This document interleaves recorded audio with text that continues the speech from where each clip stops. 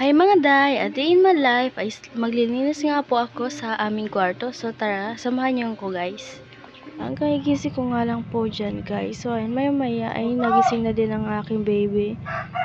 Ayan, naiyak ko pa po talaga siya dyan. Ayan, lumabas na nga po ako dyan sa aming kwarto. Nagilamos na nga rin po ako dyan. Pasensya na din guys dahil maingay ngayon ang aking pagpo-voice over.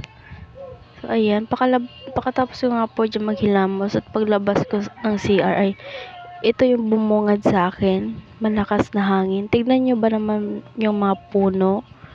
Tignan nyo ba naman yung kalangitan, makulimlim? Ayan guys, so. Then, pumasok na nga ako dito sa aming kwarto. Then, nagsuklay na nga ako dyan. Nagtali ng buhok. Then, ito po yung lilinisan ko ngayong araw. So, ayan. Bubuksan nga po natin yung bintana. At ito din. So, ayan guys. Mag-uumpisa na nga po ako maglinis dyan.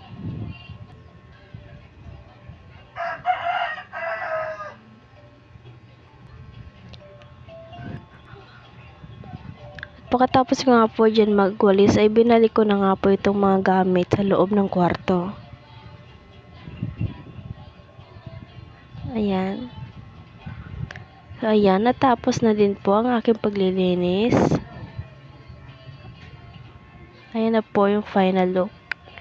At natapos na nga ako dito sa aming kwarto ay kinuha ko na nga itong mga nilabahan ko kahapon. At medyo basa pa yung iba ay ito na muna nakahanger ang kinuha ko. Then nilagay ko na nga ito sa kanyang lagayan. Then hanggang dito na lang guys. Bye bye.